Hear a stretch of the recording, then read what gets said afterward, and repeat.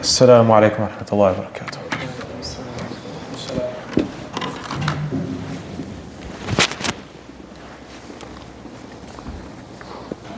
الله أكبر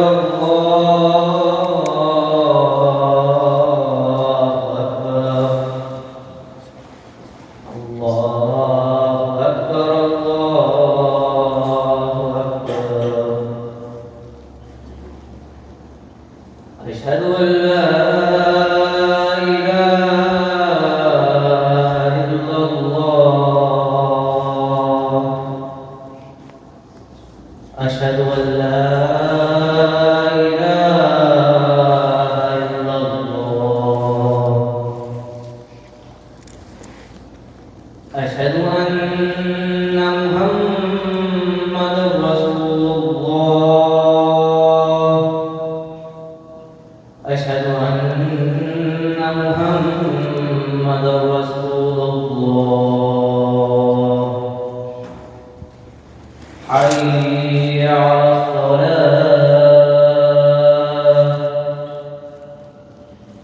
حي على الصلاة حي على الفلاح حي على الفلاح الله أكبر الله أكبر لا إله إلا الله.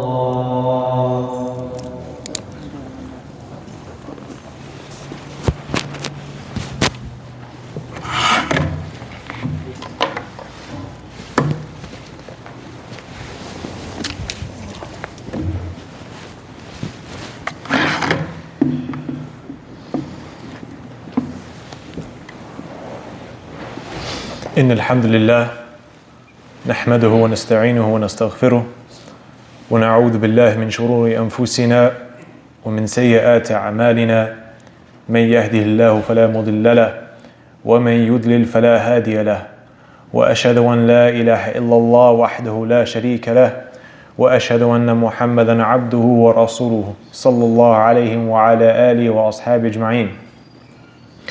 يا أيها الذين آمنوا اتقوا الله حق تقاته ولا تموتن إلا وأنتم مسلمون. يا أيها الناس اتقوا ربكم الذي خلقكم من نفس واحدة وخلق منها زوجها وبث منهما رجالا كثيرا ونساء واتقوا الله الذي تساءلون به والأرحام إن الله كان عليكم رقيبا. يا أيها الذين آمنوا اتقوا الله وقولوا قولا سديدا يصلح لكم أعمالكم ويغفر لكم ذنوبكم ومن يطع الله ورسوله فقد فاز فوزا عظيما. أما بعد فإن أصدق الحديث كتاب الله وخير الهدي هدي النبي محمد صلى الله عليه وسلم وشر الأمور المحدثاتها وكل محدثة بدعة وكل بدعة ضلالة وكل ضلالة في النار. أما بعد فعباد الرحمن, slaves of Ar-Rahman, today we're witnessing a rise in Islamophobia and a rise in attacks and lies against Islam, just like there was previously during 9/11. After 9/11 and September 11th came, the Muslims, they went into fear and they started hiding their religion and they started becoming very, very decreased in how they're giving da'wah to the people, how they're openly calling the people towards Islam. And for a very long time, we hid our religion and we hid our identities. Yeah, Ikhwan, we're witnessing this time again. And it's upon every single one of us to make sure that we do not make the same mistake of hiding our religion, but rather being able to show the beauty and the essence and the core of our religion by love, by muhabba, by lutf, by gentleness, by rifq, by these prophetic traits that we find in Rasulullah sallallahu alaihi wasallam. He, Rasulullah sallallahu alaihi wasallam, had more attacks at his time than we are witnessing in our time. There were more people attacking the Muslims then, persecuting more severely then that we're seeing here right now. But yeah, Ikhwan, I wanted to remind you all that we were not chosen to walk alongside the Prophet ﷺ and to shake his hand and to speak with him and to know what he looked like and to hear his voice. We weren't given this blessing ourselves. We were not given this blessing that we were able to walk alongside him and see what he was like. As much as every single one of us would want and would do anything, probably give up our homes and our savings just to have one single moment with him, sallallahu alaihi wasallam. But Allah Azza wa Jal did not decree that we were to be in that time. And it's not to deprive us of any blessing or of any reward, but rather it's to understand that, look, the Prophet had told us, لَيْسَ زَمَانٌ إِلَّا زَمَانَ بَعْدِهِ شَرٌ مِّنْ. There is not a time except that the time that comes after it is worse. Meaning every era we go into mankind, and the closer we get to the Qiyamah, the more we'll find mankind falling into fasad, falling into corruption, falling into evil. We right now are living in the most corrupted time that mankind has lived, that mankind has seen. We have not seen more corruption now, and it's very evident. Even look, subhanAllah, at the torture and the harb, the war that's going on in Gaza. And then there are people who are trying to justify this. People who are trying to justify, and they're open about this, about killing women and children, knowing they're unarmed, gathering them together. And we find that mankind has entered into a state of corruption that we haven't witnessed before. Lakin Allah chose for me and you to witness now rather than before. And the reason being is because anytime you're presented with an evil or with a corruption, there is a reward in fighting that corruption itself, fighting that evil, going against it, pushing back and showing the truth. Right now, ya ikhwan, the more evil that's presented to us, the more reward there is that we can gain. The more reward there is for us to gain, the more thawab, the more good deeds that can be a part of this, of us pushing back and us showing the people and fighting this evil together. Right now, ya ikhwan, we find that the attacks that are upon our religion is not really directed at the Quran. It's not really directed at our prayers. It's not directed at these things. It's really directed at one main thing that you find, at the enemies of Islam, that they are starting to lie upon and slander more than anything else in our religion. And that is the character and the life of the Prophet ﷺ. That you will find, especially today, that people are now coming up with new insults and slanders upon the Prophet ﷺ, calling him names, lying upon him. And it's up to really, there's actually some of the ulama that used to say that al-malaika, that the angels, they're the defenders of the sama, of the skies. Wa ahl hadith, and the people of hadith are the defenders of the people of earth.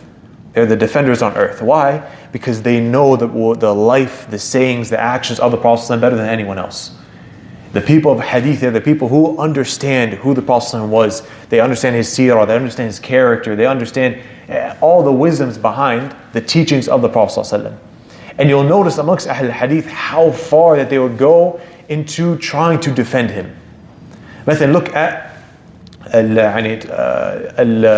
Dharr al-Harawi al-Maliki, rahimahullah ta'ala. He was an Imam, he was a muhaddith. He traveled 40 years of his life in searching for just one hadith. One hadith he spent 40 years looking for, because he didn't want just a single statement of the Prophet to get away from him. And you look at others, Hatta Ad-Daraqutni, which is a famous Imam of the past, famous muhaddith of the past, Imam Ad-Daraqutni, Hatta he would stand up on a chair in front of the people. He would say, who is going to lie on the Prophet today so I can defend him? Who is going to lie on him today so I can come and I can defend the Prophet ﷺ? And even when you look at someone like the life of Imam Bukhari. Imam Bukhari was someone that I think every single person in this room knows who Imam Bukhari was. What caused Imam Bukhari to go out and search and start doing this journey where he traveled all the way from Uzbekistan all the way to Egypt? His whole life, and he was going through searching for a hadith of the statements of the Prophet ﷺ. He had a dream where he saw the Prophet ﷺ with flies all around him. There were bugs that were bothering the Prophet ﷺ. So in this dream he approached him and he swatted the flies away. He swatted the flies away without touching the face of the Prophet ﷺ. And the Prophet was happy with him when he was doing this. When he woke up, he went to his teacher, Ishaq ibn Rahuya, and he asked him, what's the meaning of this dream? He said that this is meaning that you have been chosen to go out on a journey and defend the Prophet ﷺ for any lies that were around him. This is what caused Imam Bukhari, when he had this dream and he heard this is the interpretation, he rushed out so he can go in to defend the life of the Prophet ﷺ. Now, to an example of looking at the character of him, alayhi salawatu wassalam, I can focus on what happened to him in Ta'if. I can focus on what happened to him when he first entered Medina, and these Isra and Mi'raj, these great big things. But I want to focus on something. It's rather the small things that you find the Prophet ﷺ engaging in and embarking on his actions. And just some of us, to understand the manner of the Prophet ﷺ and how his akhlaq was, how his adab was. When the Prophet ﷺ, when someone would come to greet him, or someone would come to converse with him, even if he was in the middle of a conversation, he wouldn't just turn his head and say Assalamu alaikum and go back. He would turn his whole body and he would focus on that person, making sure that they were greeted well, making sure they can see his smile, making sure that they felt that they were welcomed by his presence. He would turn his whole body towards them. He would feel that he wanted to make them included in whatever he was a part of. Hatta he ﷺ, to understand this, would never ever point at someone with his finger. Whenever he would point at someone, he would never do it with his finger. Rather, he would do it with his whole hand. Because with the finger, he didn't want someone to be intimidated by this. He didn't want someone to feel that they were scared about this a little bit, or they felt a little bit uncomfortable.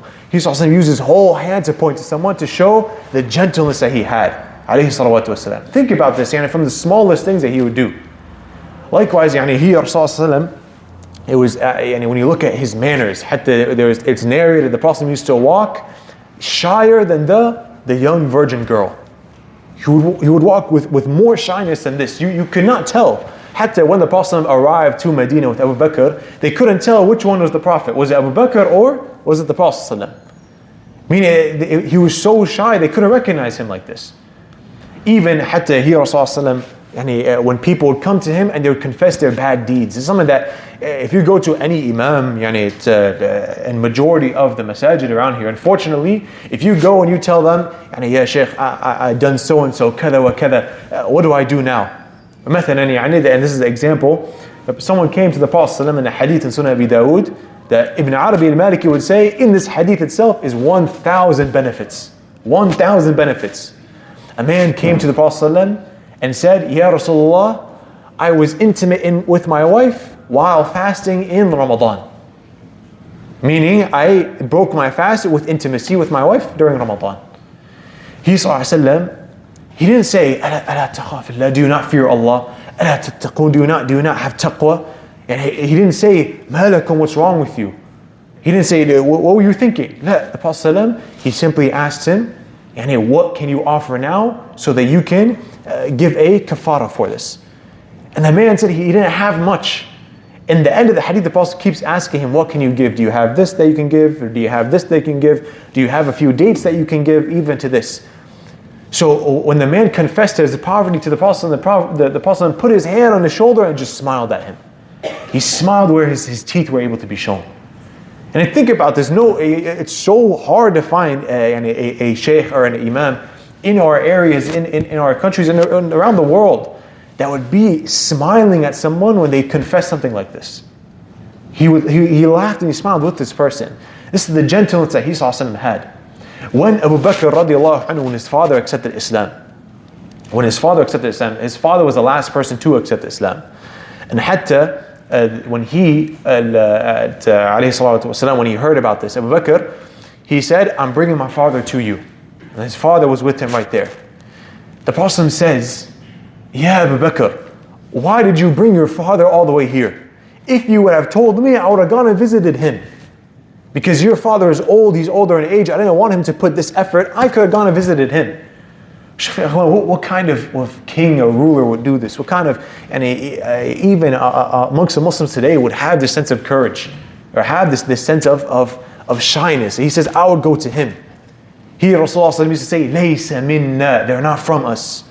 They're not from our people. Those who do not have love, mercy with their young ones and respect for their elder ones.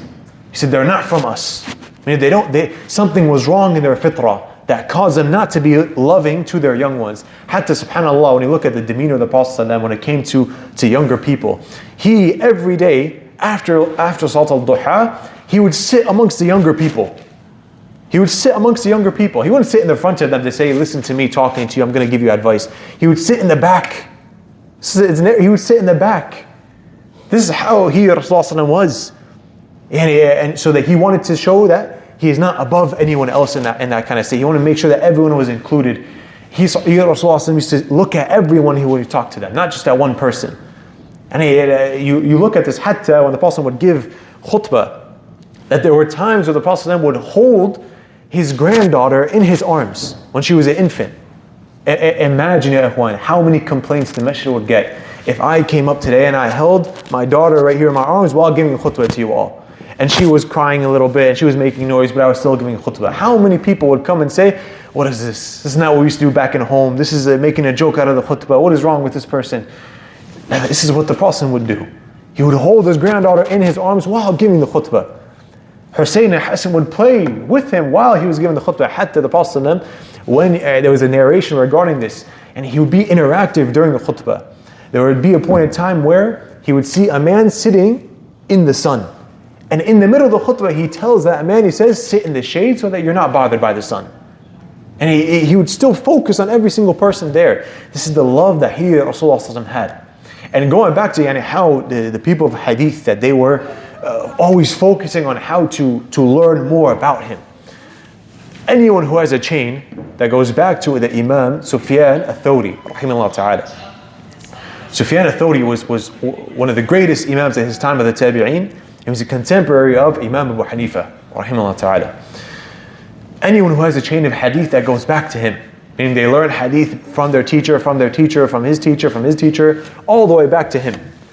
It's tradition that the first hadith that they ever learn is where the Prophet ﷺ had told us, "Irhamu man fil ard, yarhamukum man fis sama." Have mercy on those on earth, and the one in the heavens will have mercy on you. And shuf hadil kalima, this word rahmah, have mercy. Mercy in the Arabic language, and it doesn't just, we think mercy just means, khalas, someone did something wrong to you, and you forgive them, that's it. This is maghfirah, you just forgive them. This is one small part of mercy. Rahmah in the Arabic language comes from the word rahim. It comes from the word rahim, which means a womb of a mother. The womb of a mother, what in the world does this correlation have between mercy and the belly of a mother when she's pregnant? Because the Arabs, they would say that the womb of a mother, it's somewhere where you feel protected. It's somewhere where you feel that you're cared for. Whether the mother, she goes to the grocery store, she goes to the masjid, or she stays at home, she goes to work, wherever she goes, she's always concerned about the baby that's not even born yet, that's in her womb. She's always concerned about this, right? Even and you find this mercy within it, even before the baby is born. It feels protected, it feels nurtured, it's completely enveloped. Hatta, this is why when Allah Azza wa Jalla says in the Quran, Inna rahmati wasi'at kulli shay. Indeed, my mercy encompassed everything. It envelops, surrounds everything. Iblis, when he heard this ayah, he had hope maybe Allah would forgive him one day. Because mercy doesn't just mean forgiving. Mercy means what? Protecting, showing care, loving. This is where you find the Prophet and how Allah describes him as what? وَمَا أَرْسَلْنَاكَ إِلَّا رَحْمَةً لِلْعَالَمِينَ. We have not sent you except as a mercy for all the worlds together, as a protector, as someone who shows his love, nurturing all of creation themselves. أقول ما تسمعون استغفر لي ولكم فاستغفروه إنه غفور رحيم.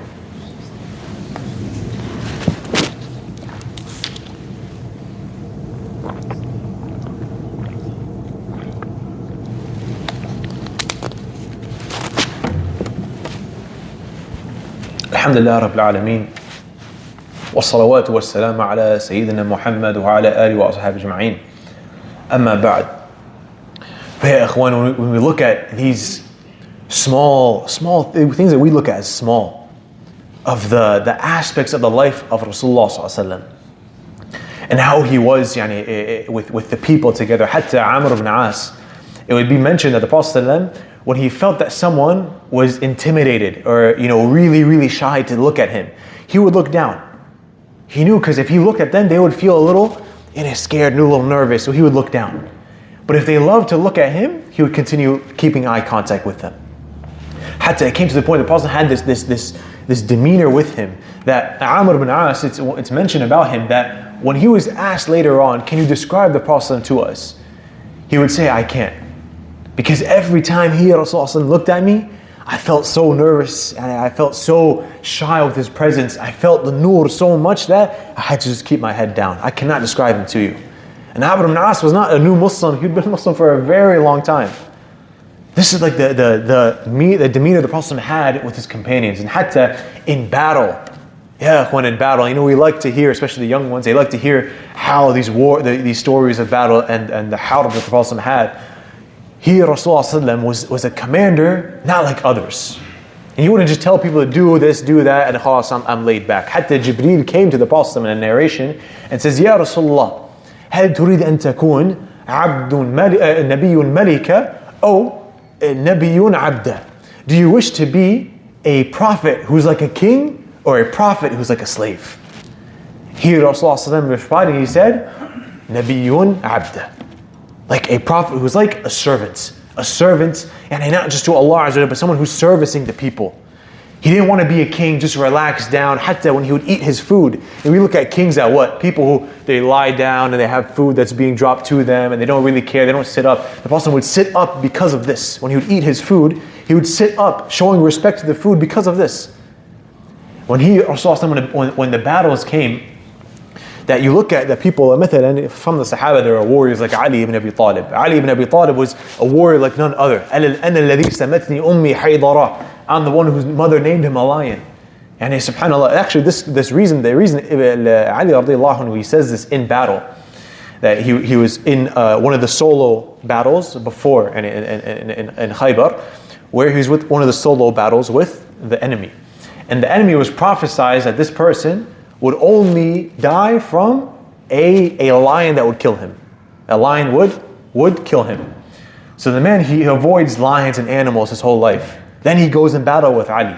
And Ali, when he kills him in battle, he looks over and he says, أَنَا الَّذِي سَمَّتْنِي أُمِّي حَيْضَرًا. I'm the one whose mother named him a lion.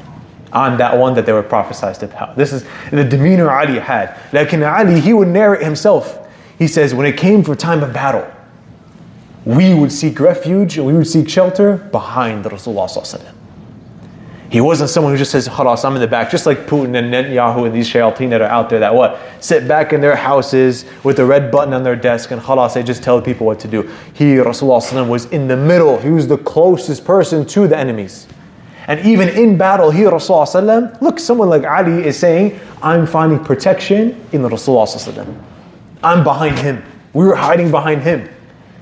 That hatta he, Rasulullah in battle would never aim to kill. Shuf, just the mercy he had, he would never aim to kill. What would he do? He would aim to disarm. He would aim to disarm, simply take their weapons away. Right? This is, subhanAllah, think about this. At that time with the people who tortured, who killed his uncle, who killed all his companions that he saw in front of his eyes, who caused his uncle to be pushed into not accepting Islam, Abu Talib. Look at the people who tortured him. That he would always aim to disarm them, not to kill them. Only one man that he killed, and that was Ubay bin Khalaf in the Battle of Uhud, which he was charging at him, the Prophet, threw a spear. And that spear simply grazed the neck of Ubay bin Khalaf. It grazed his neck. Like in the pain that he had from this, he couldn't withstand it and he passed away. But this was actually prophesied by the Prophet in Mecca that this would happen. Other than this, there was no other time. He would be the closest to them, but he would always disarm them. And hatta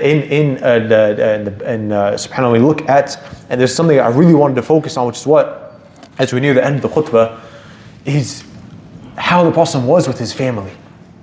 The Arab, they have a saying, which is what? رجل خارج كالعسل. There's a man outside, he's like honey. Like في الداخل, he's like onion. Outside, he's like honey. He's sweet. Everyone loves him. Everyone, they rush to be around him. They think he's the best thing out there. He's like golden.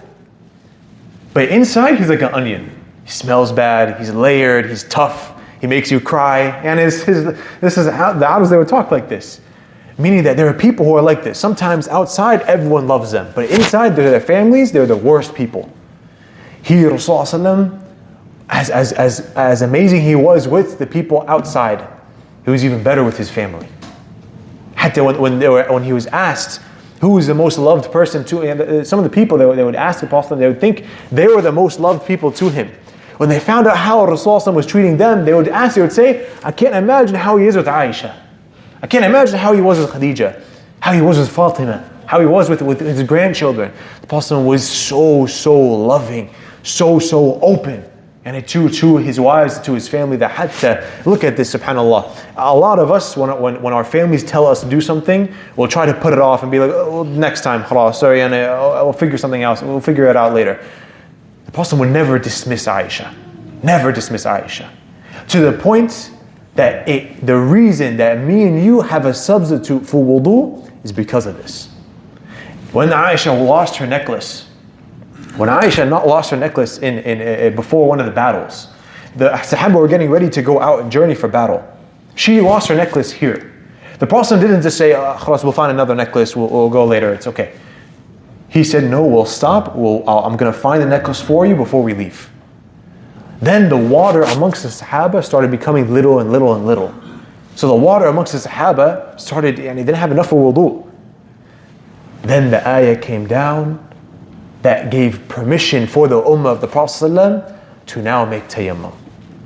Shuf, tayammum, the hukm of tayammum, the ayat about it came down when Aisha lost her necklace, because Rasulullah ﷺ didn't say, we're going to leave, it's okay, it's just a necklace, look to people, I'm getting embarrassed now. No. He said, I'm going to wait, we're going to find your necklace for you. To his own wife like this. Hatta Rasulullah ﷺ, he would, subhanAllah, when he would cuddle with Aisha at night. And this is the way he was with his wife. Us, subhanAllah, it's very unfortunate. Sometimes, first couple years of marriage, you're really happy and you're really excited about it and you're a lover boy. After this, khalas, it's kind of like you're living with a roommate. He wasn't like this. He would always, years down the line, he would show that care with Aisha, with Khadija, with Safiya, with all his wives. One night, he was cuddling with Aisha, holding her close. Skin to skin, they were touching. And Aisha, she loved to be in the embrace of the Prophet ﷺ. But the Prophet ﷺ, in this, he says, Ya Aisha, if you give me permission, he said, if you give me permission, I would love to go into worship Allah if you give me permission right now. I want to go into pray. Look, he didn't just get up and say, Khas, I want to go pray and make wudu. No. He says, do I have your permission to go and to worship Allah tonight?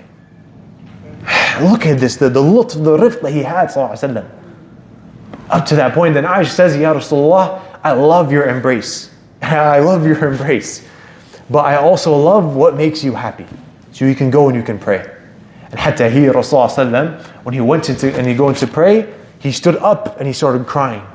Crying to the point what? Not only his beard became soaked, but the room that they were in was very small. So Aisha, she could feel the wetness of the tears of the Prophet ﷺ on the floor. On the floor, she could feel the tears of the Prophet ﷺ, crying this much. So she asked, as a good wife, as someone who was loving the Prophet ﷺ, she asked, hey, Ya Rasulullah, what's the problem? Is there anything I can help with? Why are you crying this much? Right? And she actually says, you've been forgiven for your past sins and your future sins. Then he says, أَفَلَا أَكُنْ عَبْدًا شَكُورًا. Should I not be a thankful slave? هذا يا أخوان, imagine that the people who push out the lies upon and the insults upon the Prophet under the banner of Islamophobia today, trying to push all the Muslims out and trying to really cause havoc and push people away from Islam, if they heard the Prophet's character like this. And the last thing I want to mention, just before we go into this, is look, the Prophet from everything that he has told us, one of the biggest things that I mentioned in battle, he wasn't just telling people to do it. When Quba was being built in Medina, he himself, as much as the Sahaba were telling me, Ya Rasulullah, just take a seat, we'll do it, it's okay, we'll just take a seat. He was lifting bricks heavier than everyone else. He was the one building the masjid. He was one, because even though he was given the most reward to anyone in the universe, he wanted to, any way there was, to get closer to Allah. He would build the house of Allah from his own hands. In the battle of and we understand the Prophet, he had a simple life. Right? He had a simple life. We think the Prophet was just someone poor. We think he was just someone very poor. He didn't have any money, and we listen to narrations like he would come to his home and he'd only find a date. This is true, but the Prophet was not poor. Prophet, this is not true. The Prophet had a lot of forms of income. He was very wealthy. He Rasulullah, but the difference was what? He would give it all away. He would give it all away. Ibn Abbas would say he Rasulullah lived very simple. He didn't need much, but when he gave, he put the kings to shame. He put the kings who had all the money in the world, he put them to shame. With the little that he was living his life like. Hatta when it came in the battle of Khandaq, when the people were digging the trench, he was covered in dirt. And the Sahaba, they lifted their stomachs to show that what? That they had a rock tied to their stomach. Then Rasulullah lifted his. And what did they see? 2 rocks tied to his stomach. Meaning that he would refuse to eat more than the Sahaba. He would refuse to live a greater life, a more luxurious life than the way they were. But ya ikhwan, imagine if the people heard the biggest Islamophobes, the biggest people who hate Islam. Imagine if they heard the character of our leader, of our Imam Rasulullah like this. How open he was with his family, how loving he was. Never in his life did he strike Aisha. Never in his life did he ever do this to any of his family. He would play with them. SubhanAllah, look at this. This is a real man. If they heard this, ya ikhwan, I come from Fairfax. Fairfax, we have 6 masjids in just one city. In Culpeper, I only know of 1. In this area, and I'll be honest, Culpeper, to me, when I come from Fairfax, I look at this as a little bit of countryside. Right? In here, you will be faced with more animosity that there is in the more crowded cities where there are more Muslims and there are more masajid. It is an obligation upon me and you that in this masjid that's in need, and you have a beautiful masjid in front of you, that we build together, relieve it. Just like the Prophet, he built the masjid himself of Quba. That we follow the sunnah of the Prophet and we aid the masjid in any hardship it's going through. Right now the masjid needs a lot of help. This masjid itself needs a lot of help. And this masjid is the key to having this sunnah of the Prophet, this life of the Prophet being given out and taught to everyone before, everyone around here. This is the key to this area, having people open to learning about Islam. Because I promise you, although there are people who are spreading Islamophobia, as a result there are people who are actually saying, you know what is this religion actually teaching? What is this religion actually teaching? Where do you think they're going to go? You think they're not going to go to the universities? No, they're going to go to the houses of Allah. They're going to go to where the Muslims come. They don't just pray and do Jum'ah. They come and they learn, they gain knowledge. The angels surround us. So it's our job, ya ikhwan, to follow the sunnah of the Prophet and to help and aid the masjid now that it's in need, and it really is in need, to build this masjid. And as he, Rasulullah told us, whoever aids in building a house of Allah here, Allah will aid him and Allah will build a palace for him in Jannah. This is not the biggest guarantee, one of the biggest guarantees of your spot in Jannah, of your home in Jannah. Ya ikhwan, we ask Allah Azza wa Jal to let us be people who follow the sunnah of the Prophet ﷺ and to have love for him alayhi salawatu wasalam. And we ask Allah Azza to make us be people who are risen with he, Rasulullah on the day of judgment. And we ask he, Rasulullah, we ask Allah Azza wa Jal, we ask Allah Azza wa Jal that He lets Iman become beautified in our hearts and kufr and fusuq hated in our hearts. And we ask Allah Azza to make our parents enter Jannah without any hisab, without any judgment. And we ask Allah Azza to have mercy upon our those who have passed away and those from our elders. And we ask Allah Azza to give inspiration to our youth. And we ask Allah Azza to rectify our Muslim brothers and sisters in Gaza and Yemen and all throughout the Muslim world. And we ask Allah Azza to aid this masjid and to build it as a large and a beautiful community for all the people in this area. سبحان الله بحمدك أشهد أن لا إله إلا أنت أستغفرك وأتوب إليك اللهم صل وسلم على نبينا محمد وعلى آله وأصحابه أجمعين وأقم الصلاة. الحمد لله رب العالمين الرحمن الرحيم مالك يوم الدين إياك نعبد وإياك نستعين اهدنا الصراط المستقيم صراط الذين أنعمت عليهم غير المغضوب عليهم ولا الضالين.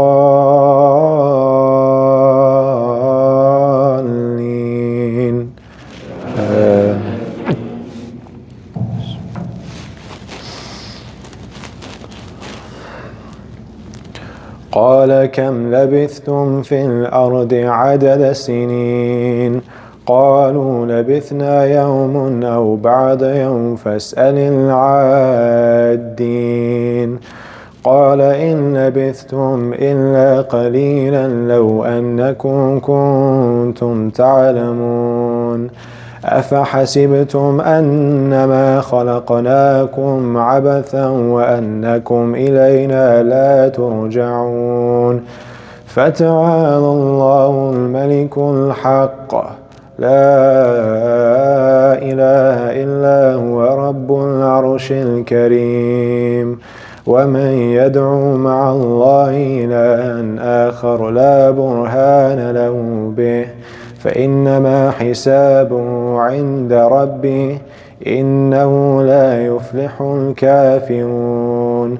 وقل رب اغفر وارحم وأنت خير الراحمين. الله أكبر. الحمد لله رب العالمين الرحمن الرحيم مالك يوم الدين. إياك نعبد وإياك نستعين. اهدنا الصراط المستقيم صراط الذين أنعمت عليهم غير المغضوب عليهم ولا الضالين.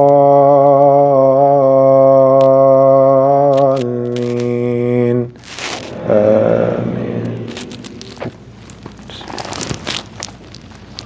والعصر إن الإنسان لفي خسر إلا الذين آمنوا وعملوا الصالحات وتواسوا بالحق وتواسوا بالصبر. الله أكبر.